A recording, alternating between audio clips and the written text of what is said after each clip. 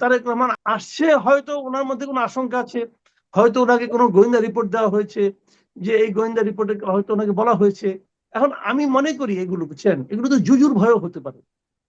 আপনাকে কেউ না কেউ ভয় দেখাতেই পারে, কিন্তু আপনি তাকে ভীত হবেন এরকম ভয় তো আমার আপনাকেও দেখায় অনেকে। তো আমরা কি সেই ভয় সবসময় ভীত থাকি?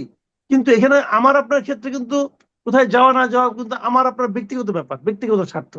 কিন্তু ওনার জন্য তো এটা ব্যক্তিগত ব্যাপার না, এর জন্য তো পুরো দেশ, তাই না? উনি একটা বড় দলের প্রধান, কাজেই উনি তো ব্যক্তিগত এই জাতি তো ওনাকে কি করবে, সাপোর্ট দিবে, জাতি ওনাকে নিরাপত্তা দিবে।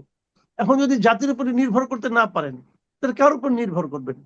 তো এই বিষয়গুলো কিন্তু খুবই ভয়ঙ্কর। এবং উনি হয়তো বলবেন না উনি প্রাইম মিনিস্টার হবেন, একবারে এসএসএফ নিয়ে আসবেন। তো এসএসএফ কি আমাদের সবাইকে নিরাপত্তা দিতে পেরেছিল এর আগে? আমাদের এখানে যত রাষ্ট্রনায়কের অপমৃত্যু হয়েছে, এসএসএফ ছিল না তখন? ছিল তো। তো কি হয়েছে? কারো কি জনগণের হাতে মৃত্যু হয়েছে? হয় নাই। কাজেই আমি না বুঝি না এই জিনিসটা কেমন, মানে যারা মারা গেছেন কেউ তো আততায়ী হাতে মারা যান নাই। কাজেই আমি বুঝতে পারছিলাম না ব্যাপারটা কি।